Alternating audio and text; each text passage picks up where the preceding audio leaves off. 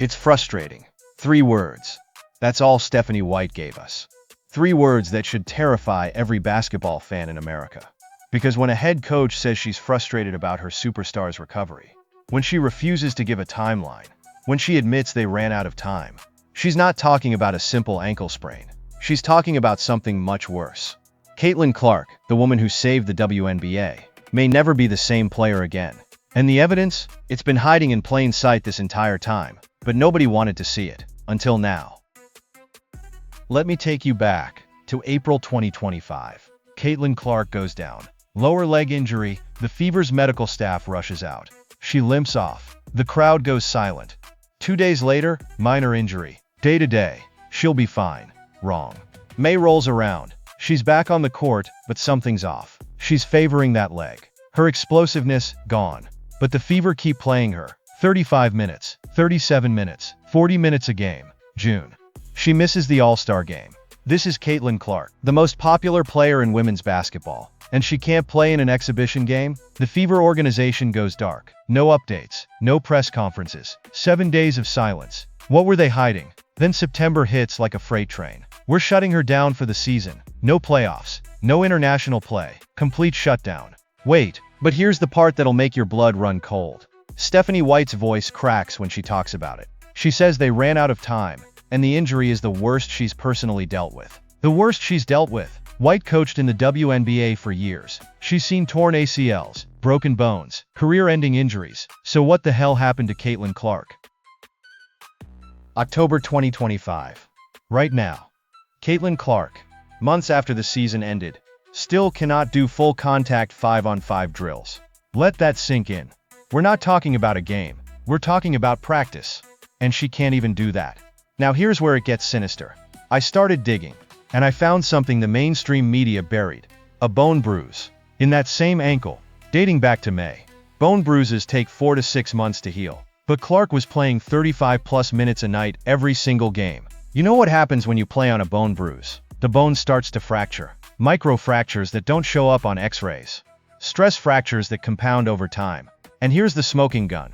Clark's shooting percentage plummeted in the final 2 months. From 42%. Her three-point accuracy dropped 8%. Everyone blamed fatigue. Rookie wall. Defensive adjustments. But what if she was protecting that ankle? What if every shot, every cut, every drive was compromised because she was playing on a damaged joint? Medical experts will tell you, chronic ankle instability leads to permanent ligament damage. Your ankle never regains full strength. You lose lateral movement, explosiveness. The very things that made Caitlin Clark unstoppable. Allen Iverson, Penny Hardaway, Grant Hill, all had ankle problems they played through. All saw their careers cut short. And now, Stephanie White won't even look at reporters when they ask about recovery timelines. She stares at the floor, she fidgets, she says it's frustrating, and walks away.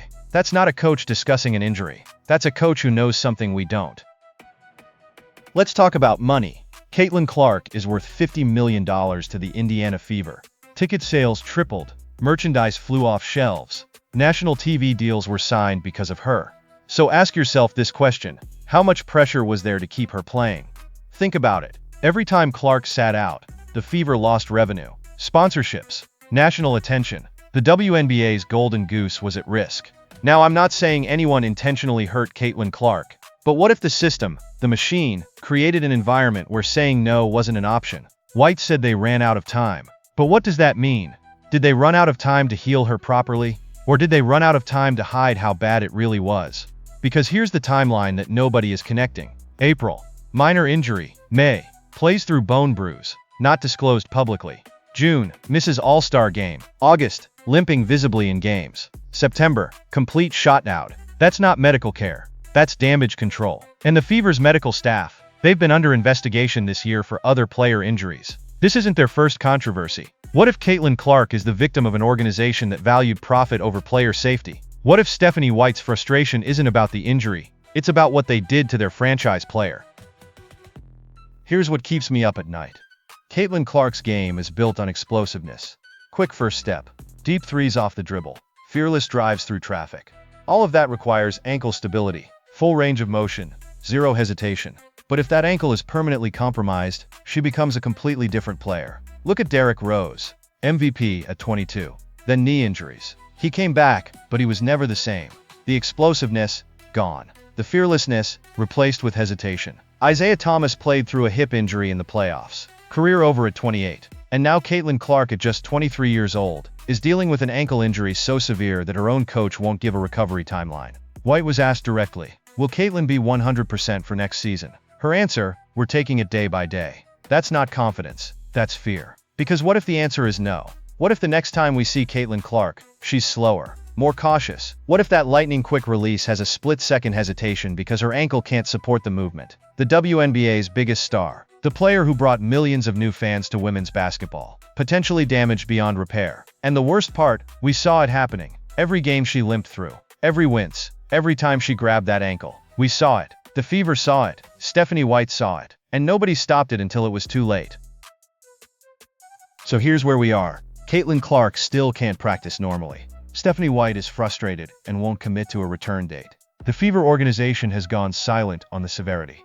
And basketball fans worldwide are left wondering, did we just witness the destruction of a generational talent? Was this preventable? And who is responsible? Stephanie White knows the answer, but she's not talking. The Fever's medical staff knows, but they're protected by NDAs. And Caitlin Clark, she's at home, rehabbing an ankle that may never be the same. So I'm asking you, was this medical malpractice? Was this organizational greed? Or was this just the tragic cost of being the WNBA's savior? Drop your theory in the comments, because something tells me, the real story hasn't been told yet. And when it finally comes out, it's going to shake the foundation of women's basketball forever.